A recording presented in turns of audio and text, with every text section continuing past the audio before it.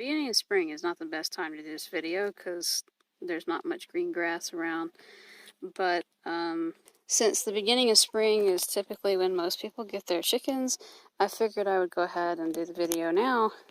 Most of the chickens I have in this flock are actually adoption, or they're what they call surplus, which is close to adoption. I'm going to explain all of these in just a minute. But it's actually really easy to adopt chickens. You wouldn't think so, because if you ask your local humane society and things, there's usually not much resources unless you just get lucky. I was looking in the wrong place for a long time until I just kind of accidentally found out about just how easy it is to find chickens to adopt.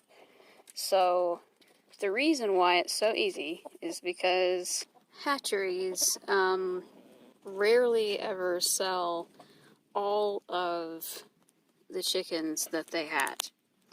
They will always have some chickens left over, and so what they do is typically as day-old chicks, they will sell all the chickens that they can, and then they'll group them into different groups as far as which ones to adopt.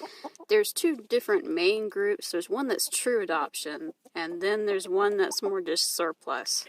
Surplus is perhaps a particular sex or breed that the hatchery just ended up having more than they thought they were going to have, or didn't sell as much that time.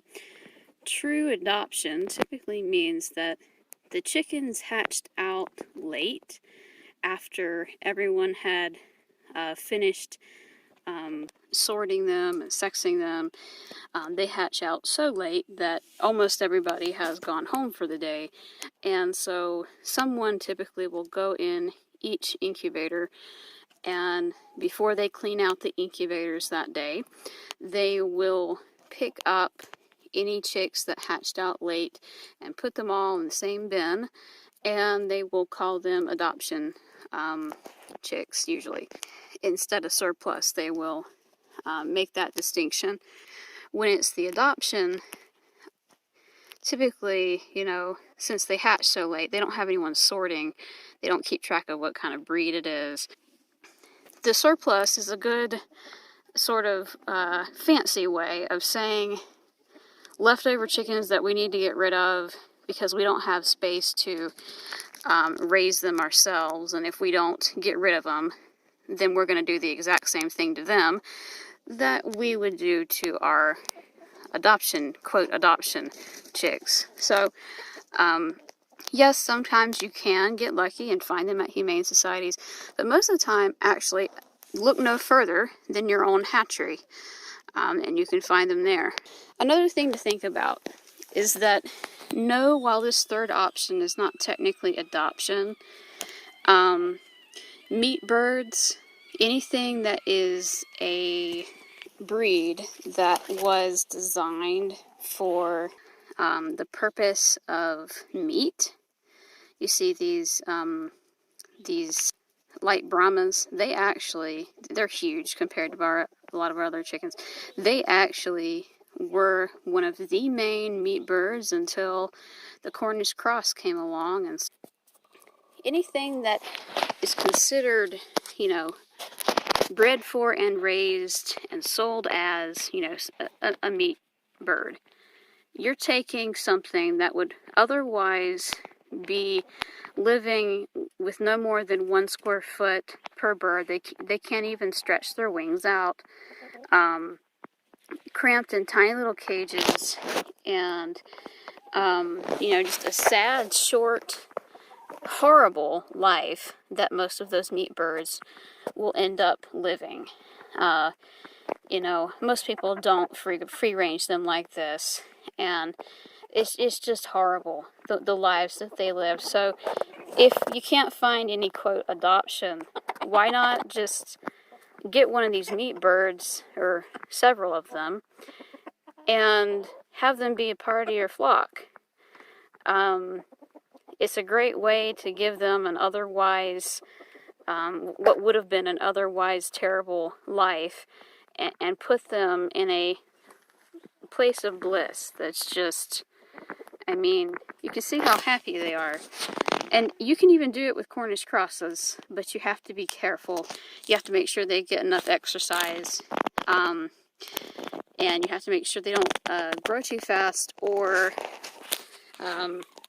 you need to feed them layer food, even to slow down their growth rate, or at least just regular starter. I would never feed them meat bird food if you want them to live happy lives. The biggest problem I have with Cornish crosses is not that they get health issues, but that their muscles slow them down so much that they get eaten by predators. So instead of Cornish crosses, we have the light Brahma, and we also have one buff Brahma way in the background somewhere. And we have also had some other more hardy meat birds. I think there may still be a Jersey Giant in here. I'm not sure though if some of these black chickens are Jersey Giants or they're just bigger, different breeds of black chickens. There's so many different chickens that look like that, and they came as adoptions, so I don't know. I didn't keep record of it, but we did, obviously get the light Brahmas on purpose. Every single silkie that I have on this farm was bought as what we call surplus. They came in all different colors, so you didn't get, a choice on that. Most of the time we get, this is really sad, we keep getting the same colors. We keep getting a lot of these blue or blue splash, and we get a ton of black silkies. I don't know what the deal is with black animals being less sought after. I don't understand, that people don't like that color. I really don't. Black cats, black dogs, black horses, black chickens. I don't understand what the thing is with people not wanting this color. We hardly ever have gotten a buff-colored silkie or a partridge silkie, telling me that most of the silkies that people do not buy are color-based. And to me, a silkie is a silkie. I mean, what color it is, that should not distinguish whether or not you get a silkie. The reason why you get a silkie should be, the breed, the temperament. Another color that I was mentioning before is that blue splash. Anything blue splash, no matter what breed it is. People think, I guess it looks dirty or whatnot. Maybe, I don't know. Why is that a thing? I mean, to like diss on the blue splash. I don't get it. I think she looks gorgeous. Apparently other people don't. Can't be too picky, especially if it's, the kind of adoption package where they don't even keep track of the breeds. But there are often like all hen packets, so sometimes they'll call it all pullet, or sometimes they'll call it rainbow pack, assorted pack, that you can get that are all girls.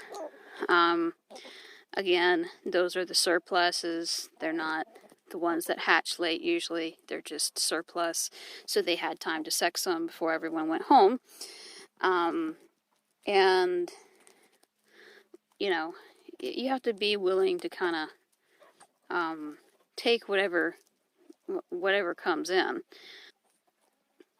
You have to make sure that if it's a rooster you can't house, that you're gonna have some kind of option, either find someone else to give them to, or sadly dinner table.